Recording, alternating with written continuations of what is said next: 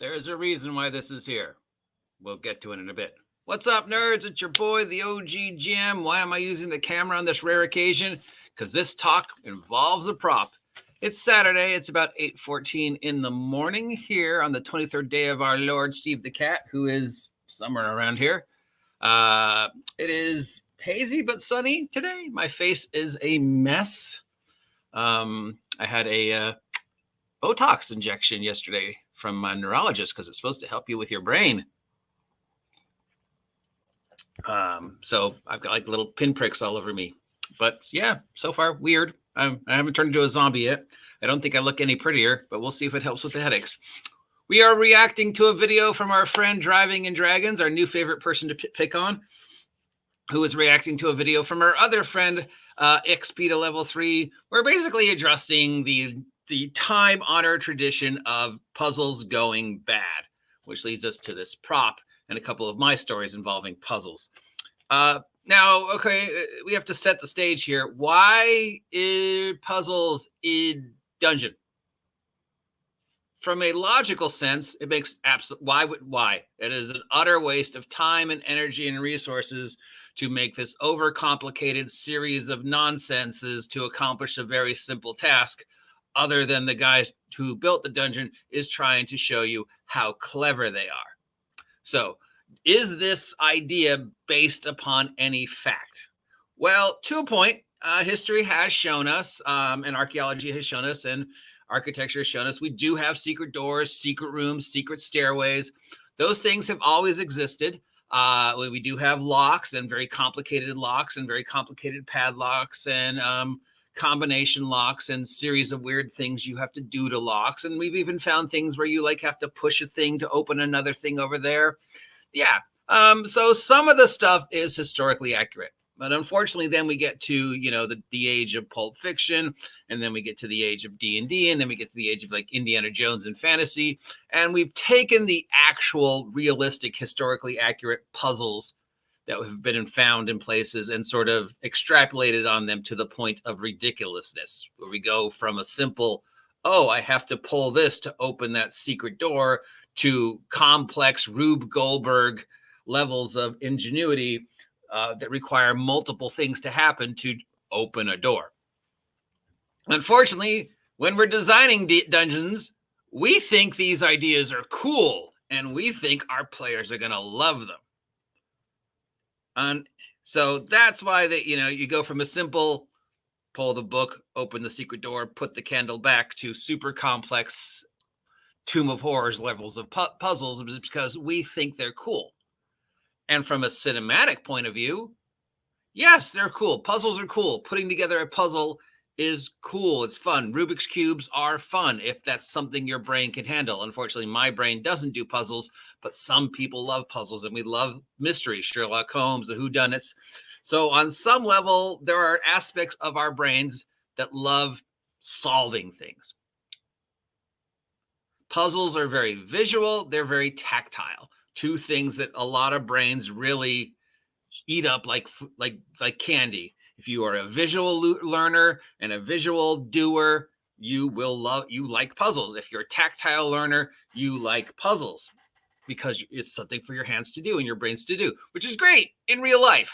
Unfortunately, when you take real life and translate it to the written word, and then translate that written word to the ability to the DM to describe the written word, and then from that ability to describe the written word to the multiple brains that are in the room trying to figure out the puzzle, the level of intelligence decreases. Sadly, you are not as smart as you think you are when it comes to designing these adventures, and your players are not as smart as they think they are when reacting to their adventures. And when you have more than one player, the intellect goes down, because then you now have several voices all competing for the attention of trying to figure out what I need to do with this puzzle to open the door. And you think as the DM's like, yeah, I made it easy. The answer's in the other room, or the answer's hanging from the ceiling. And maybe it is, but it doesn't mean your players see it, especially if you're using theater of the mind. Now, you could go to the extra trouble of making a physical puzzle, but that doesn't necessarily mean that they're going to figure it out, even if there is several of them. In fact, the chances of them figuring it out are going to be greatly diminished. And that is what leads us to this envelope and why your players are not as smart as I think of. Because one person is smart. 2 people are smart-ish. 3 people are clever. 4 people, it's just a lot of noise. And if you have more than 4, then yeah, it's a lot much harder. So once upon a time, I was in a superhero role-playing game at Humboldt State University being run by Christina Morgan. And we were doing a kidnapping scenario. And she thought it would be clever to give us physical props. So she wrote up a ransom note, because back then there was a font called ransom, which you couldn't do today because it would be politically incorrect, that typed out things similar to, like, you know, cutting out the newspaper to make the ransom note. So she made a ransom note. She put it in an envelope. She put the envelope down like we the heroes had found it. We read through the ransom. We had the envelope. We passed the envelope around looking for clues. Now we were talking how many? There was like 5 of us plus the DM. All of us 18, 19, 20 years old. All of us, you know, relatively clever, you know, from my level of idiocy all the way up to my friend, Mr. Marshall, who was a certified genius. For 4 minutes, could not figure out the puzzle of this envelope. And I'll see if you can guess it. For 4 minutes, we looked at this envelope. And this is a pretty much relatively copy. She thought we would see the answer right on. 4 people, 4 minutes, looking at this envelope before any of us realized the return address was in the corner. People were literally looking at this. Nobody saw the return address in the corner of the envelope, even though in her mind it was clearly there and we could clearly get to the point that she needed to get us to by seeing that the fact that the bad guys had written the return address on the envelope. 4 minutes, 4 people, each handling the envelope, opening it, smelling it, looking at it from side, trying to figure out what the clue was that she was like trying so hard to let us know there was a clue, but also trying not to let us know. Nobody saw that. Now that is having a tangible physical product in our hand. Now, if it was just Christine Morgan and one person, the chances of actually seeing the return address on the envelope probably would have increased 1,000-fold. But because it was multiple people and multiple noises, the chances decreased. And she thought we'd be all clever and stuff, but it turned out no. We weren't. Because, yeah.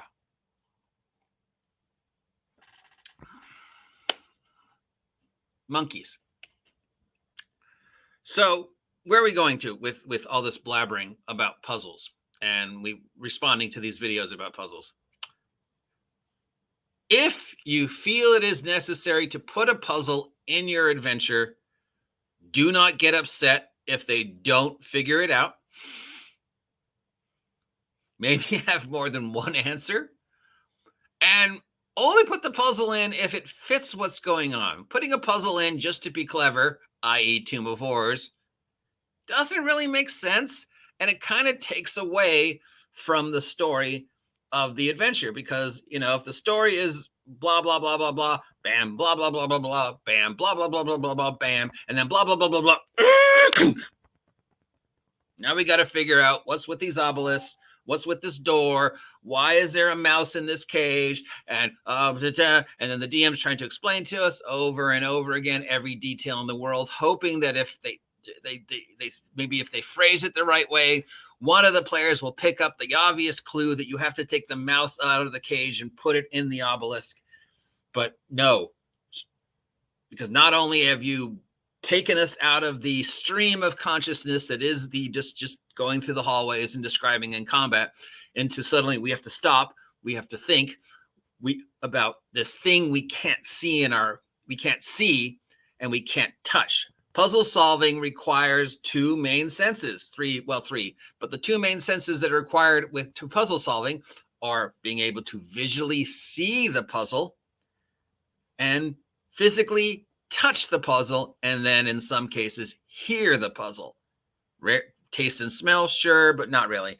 But most puzzles are going to rely on the actually being able to see it in the real life and touch it, interact with it.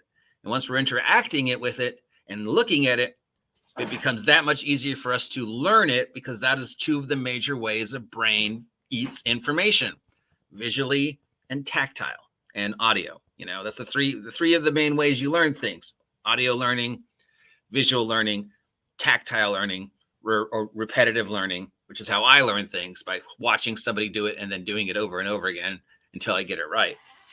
I'm a repetitive learner / tactile learner. But other people, so yeah. But now you've taken out the visual and the tactile, and you're just describing it. And even if you show them a picture, not the same. Even if you have a prop like the envelope, not the same. So if you need to have a puzzle, it should probably be relatively simple. It should probably be relatively make sense. You should probably take the idea that out of, well, this will be cool. Oh, the lightning arcs, and then that thing's, and you have to time. It's like, yeah, sure, it's cool in a movie, in a video game.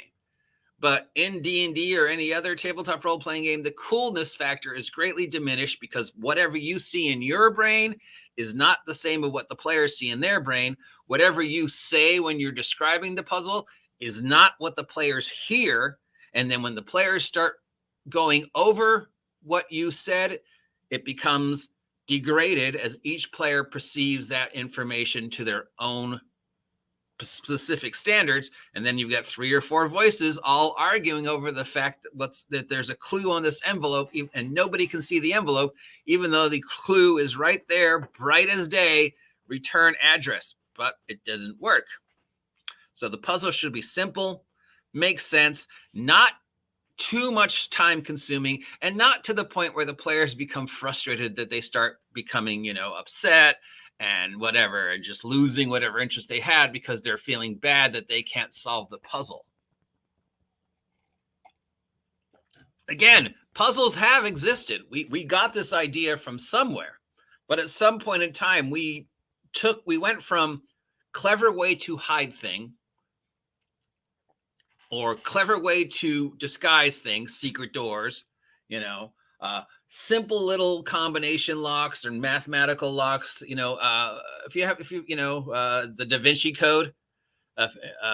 Sure, it's a little silly, but the puzzles most of the puzzles in the Da Vinci Code are actually true. Some of them they made up, but all the physical puzzles, like the little thing, the Fibonacci, those are all real puzzles. Those are all real mathematical puzzles and physical puzzles. So puzzles exist historically, whether it's just the simple hide something behind something, all the way up to slightly more complicated. But it's a huge gap between hide something behind something puzzle and Dungeons and Dragons puzzles. Pretty sure most of the puzzles you see in your typical D&D adventure, there is no historical counterpart. Somebody just thought it was cool. Indiana Jones is full of cool puzzles. The Tomb of Horrors is full of cool puzzles. Unfortunately, 1, those are also extremely complicated. 2, nobody would build that. And 3, just because you think it's cool and the players can solve it doesn't mean the players can actually solve it. So if you're going to put a puzzle, look up real life puzzles, look up real examples of historical puzzles, make it simple, and don't make it so important that if they don't figure it out, it becomes a sticking point. I think that's the main thing if you're going to add a puzzle or a trap or anything that stops that impetus, stops the motion of the game, and gets them to that point where their brains are arguing with each other. And if it's something that's going to break that game down, break that immersion down, turn it into just, arguing in multiple voices trying to figure this out, it's going to decrease the chances of the puzzle actually being figured out, because we're not as smart as we think we are, especially in this type of situation. 2, we're going to start going, it's just going to break things down. So it shouldn't be so important that if they don't figure it out, it just destroys the games. And just finally, in closing, A lot of these real life secret rooms and locked rooms and stuff usually also had a back way in. If you look at like the puzzles in the pyramids or the puzzles in some of the buildings in France, there was usually also another way.